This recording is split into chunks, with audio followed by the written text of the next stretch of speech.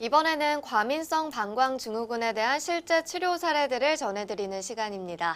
박사님, 첫 번째 사례부터 소개해 주시죠. 네, 과민성 방광증후군으로 오랫동안 고생하던 50대 여성이 이런저런 치료를 해도 잘 안 됐었는데 증상뿐만 아니라 생긴 모습을 보아서 오령산을 투여했는데 좋아진 경우가 있어서 소개를 합니다.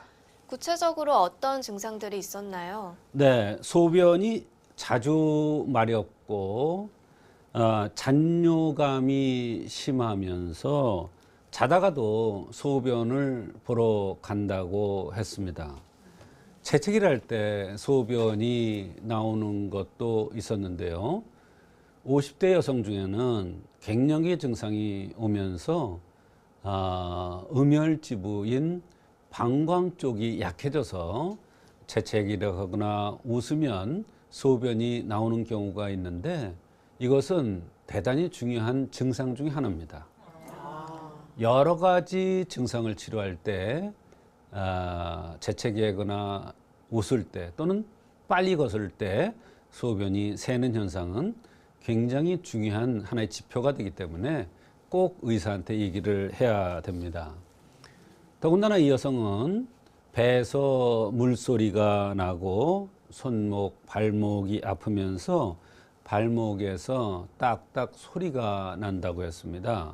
그러면서 이 사람 얘기가 뼈에서도 소리가 나는 듯 하다고 그랬어요. 이와 같이 소리가 난다는 것은 진액이 고갈되는 것입니다. 진액이 소변으로 새나가서 그런 현상이 나타나는 것이겠죠.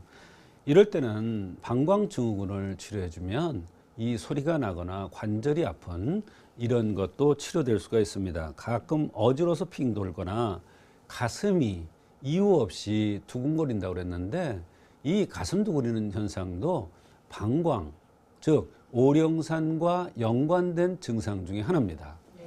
이분한테 오령산을 써서 좋았다고 그랬는데 이 오령산을 쓴 이유 중에 하나가 가슴 두근거리는 이러한 증상입니다. 이 가슴 두근거리는 증상은 원인이 여러 가지가 있습니다만 수독성에서 오는 경우 방광 증상과 더불어서 가슴 두근거림이 나타날 수가 있습니다. 허리가 아프고 멍이 잘 들고 뒷목이 엄청 뻣뻣하고 당기고 오후에 엄청 피곤하면서 우측귀에 이명이 난다 그랬습니다. 이 이명도 여러 가지 원인이 있습니다만 수독성 질환에서 이명이 오는 경우가 있어요. 이분도 역시 방광이 나쁘기 때문에 진액이 새나가면서 이명이 나타나는 것으로 보고 오령산을 투여한 겁니다.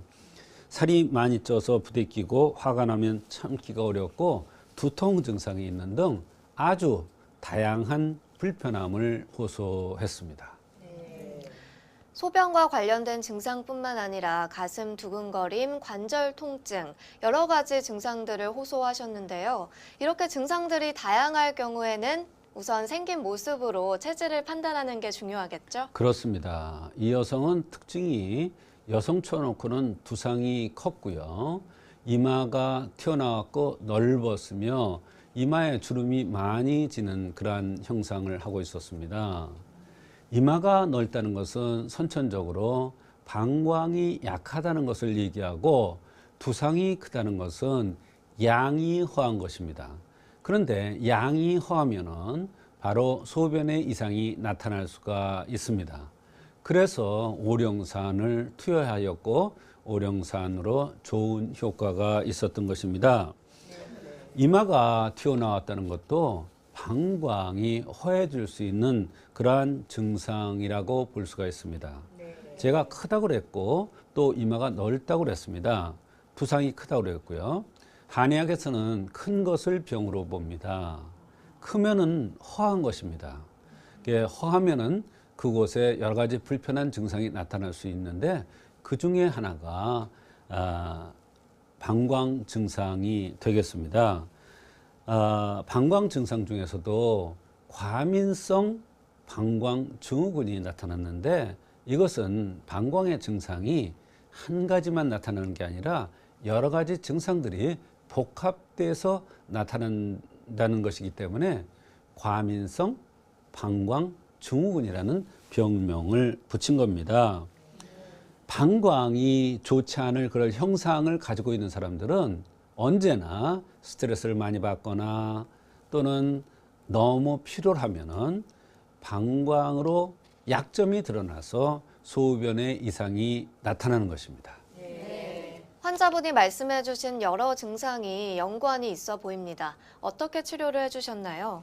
네, 여러 가지 한의학에서 병을 진단할 때는 생긴 모습이라든지 맥 그리고 호소하는 증상, 그 중에서 이제 생긴 모습이 굉장히 중요합니다. 생긴 대로 병이 오고 생긴 대로 치료한다는 차원에서 생긴 모습이 굉장히 중요합니다. 그래서 이분이 여러 가지 치료를 받았대요.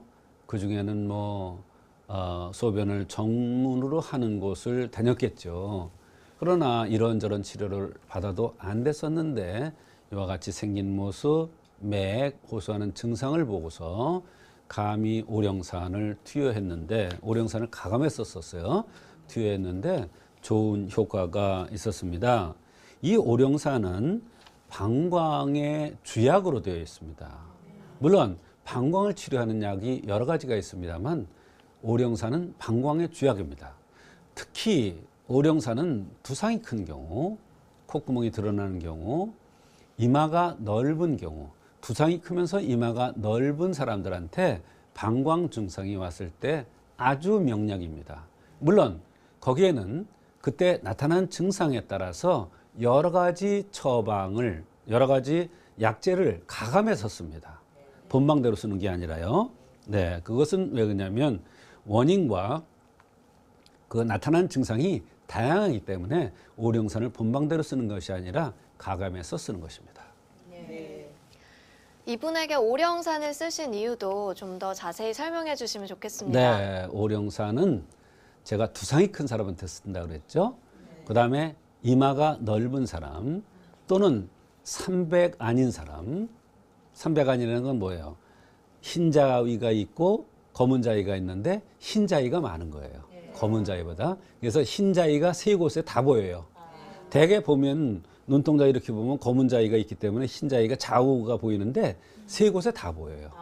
네, 그것을 이제 삼백안이라고 그러는데 이 삼백안인 사람들이 선천적으로 방광이 약한 사람이 많습니다. 그런 경우에도 오령산을 이용하기도 합니다. 두제를 복용하고 나서 증상이 나아지기 시작했다고 하셨는데요. 병이 오래돼서 좀 치료하는데도 오래 걸린 건가요? 그렇습니다. 병이 오래됐다는 것은 그만큼 뿌리가 깊다. 네, 뿌리가 깊으면 오래 걸릴 수밖에 없습니다.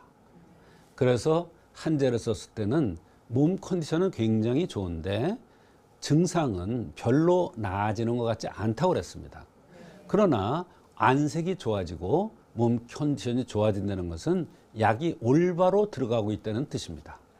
한약은 진통제가 들어있지 않기 때문에 금방금방 효과를 나지 않지만 근본적인 원인 치료를 하기 때문에 효과는 조금 느릴지 모르지만 다시 재발하지 않는 게 특징입니다.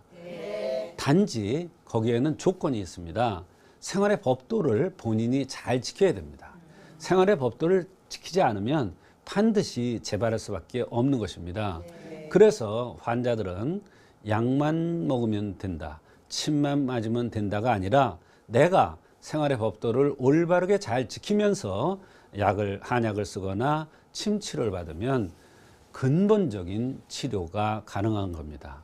이 환자의 경우도 섭생을 잘 지켰기 때문에 그렇게 오랫동안 고생하던 과민성 방광 증후군이 치료가 잘 된 것입니다.